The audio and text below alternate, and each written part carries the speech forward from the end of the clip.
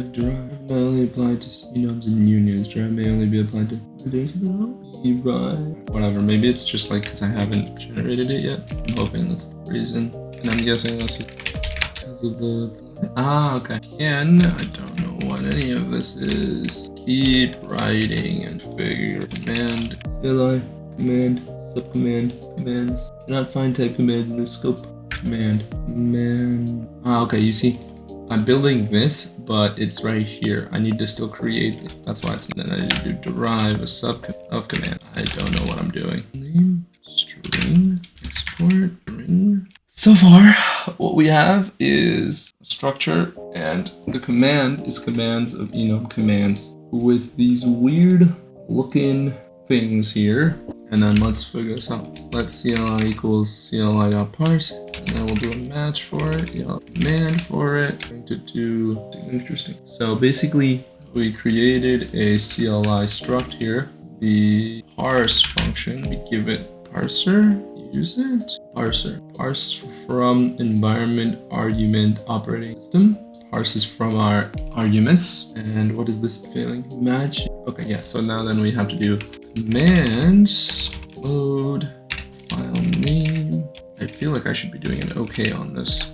Maybe not, but no. And then okay, and then I feel like there's supposed to be error here. Do not have an E. I can, no? Or is it error? I can't do that apparently. I have updated the code. You check it and see if it is wrong. Clap to parse the argue commands using the CLI structure and commands, parses it properly. The main function matches on the command and prints the appropriate message. Can you explain what this is doing? Can you explain what this is doing? Well, let's see if it will clap. Brings in macro OS and traits from the clap crate, which helps you build command line interfaces. Derive command. So the CLI struct defines your command line interface. Command field expects a sub-command like loader export. It's talking about that guy. Commands enum lists the possible subcommands. Makes sense. Expects a file name argument. Expects a file name argument. Then we're doing this. But then what about this? What's this? Derive parser takes command. So derive parser is a attribute map. Rust compiler to automatically generate code to parse command line arguments for your struct using the clap crate. Plus the Rust compiler to code. Without this, you'd have to write a lot of boilerplate code telling it. This is a class-specific attribute. It sets the name of your CLI program, what shows up in help messages, etc. So you are telling me this derive thing, some module is, you're telling me this derive is a macro for injecting function or module to my code. How is struct CLI now? Does it use that struct in the module it creates? What is the difference between structs in C versus Rust? Let's figure that out. The macro generates code to parse command line arguments in your struct. The derive parser macro implements the parser trait for your CLI struct. This means you can call CLI parse and it will parser because the more it generates the code for you. The macro doesn't create a new module, it just adds to your struct. In instances, here we go. Method. No methods. Functions are separate. Can have methods with implement. No ownership. Borrowing. Has ownership and borrowing rules. No traits or macros. Can derive traits like debug and parser. No built-in safety. Memory safety. No modules and visibility. More powerfully, I can have methods, derive traits, and participate in Rust's safety ownership system. Plain data. What is a trait? Can you give me better clarity on this? I can't English today.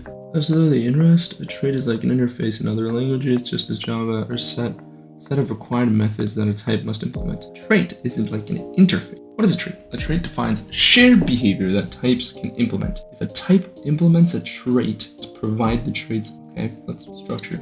Implements function speak.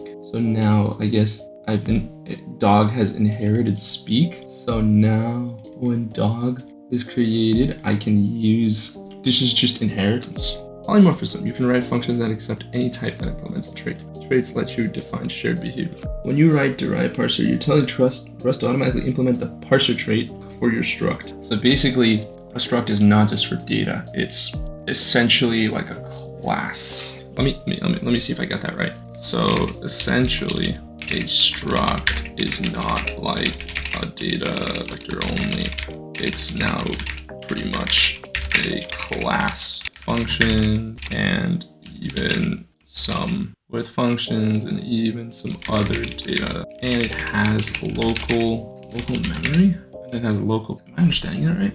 I said it's not. Rust structs versus classes. Structs in Rust are primarily data containers, like C structs, but they can also have methods, functions associated with them using. Rust does not have classes or inheritance like C, but you can achieve similar behavior using structs plus traits. So Rust doesn't. A struct holds data. And this makes sense. You can define methods for a struct. Implement function distance from origin. This returns an float64 value, x and y square rooting. Traits that you define shared behavior. You can implement traits to give them extra. You can implement traits for struct. Rust uses composition, structs plus traits, memory safety. Rust enforces strict rules about who owns data. So memory is always safe, no null or data risks. So data, yes. Methods, yes. Inheritance, no. Enforced by compiler, not enforced. Instructors, methods and traits for shared behavior and struct safety. Let me know if you want to see more. I think I kind of get it. Okay. I think I kind of let me just run. So I think it was this, and then I could do like load, and then give it rebuild the crates and stuff. So why did I do it wrong? So I think I get it. How do I call my lie command? Because clearly I'm not doing it right. You can call your assembly from the using cargo run. That's what I did. Cargo run. Hello. That's what I did. Rust video editor. Is it outside my Rust video editor? For now, I don't want to deal with it. Boop. Loading video file. I were to make this another one called export video file. Okay, so it's essentially just taking your two commands, I guess, and in the argument parser, it's finding the one and going to that. Okay, let's move on. It's not doing anything. Let's do it. I completed phase 1. Woohoo! Do it. I'm gonna toss that in. We're gonna toss that in, and we're gonna say finished. Phase 2. Moving on. Phase 3.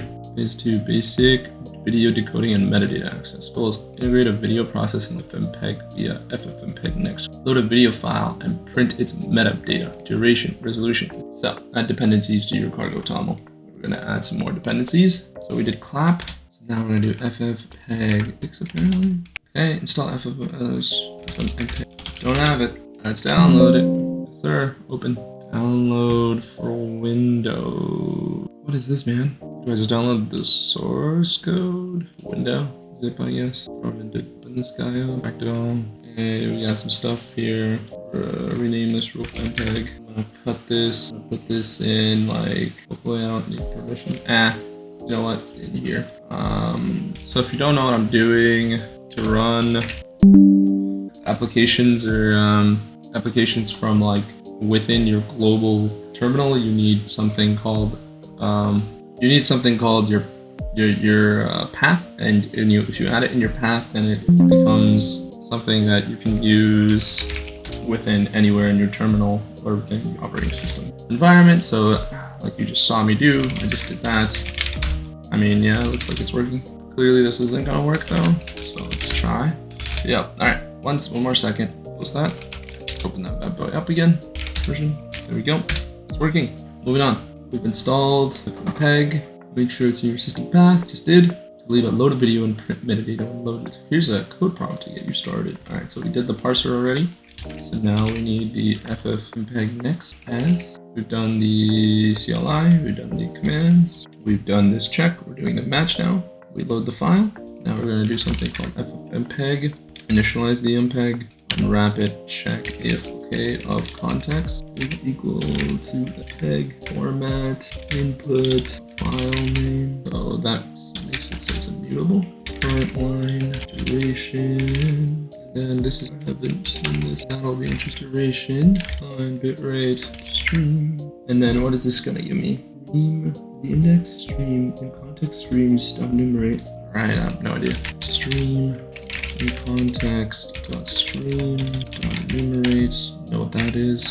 Stream context to print something. We're going to print.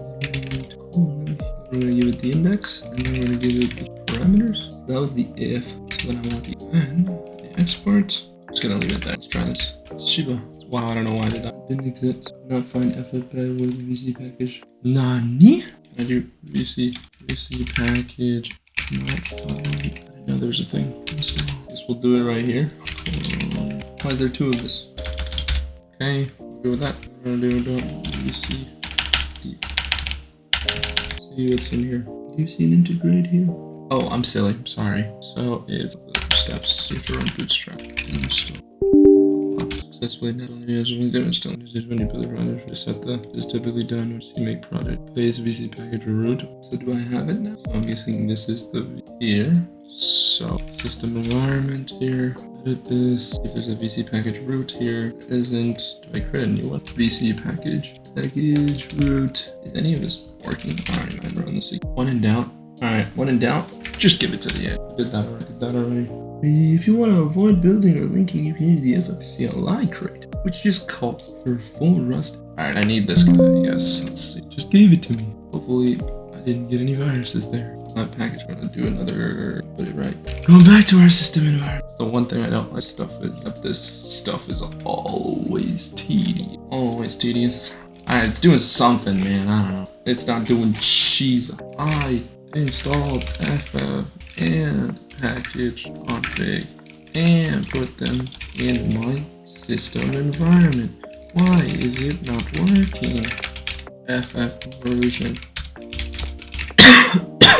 Go set, do it globally.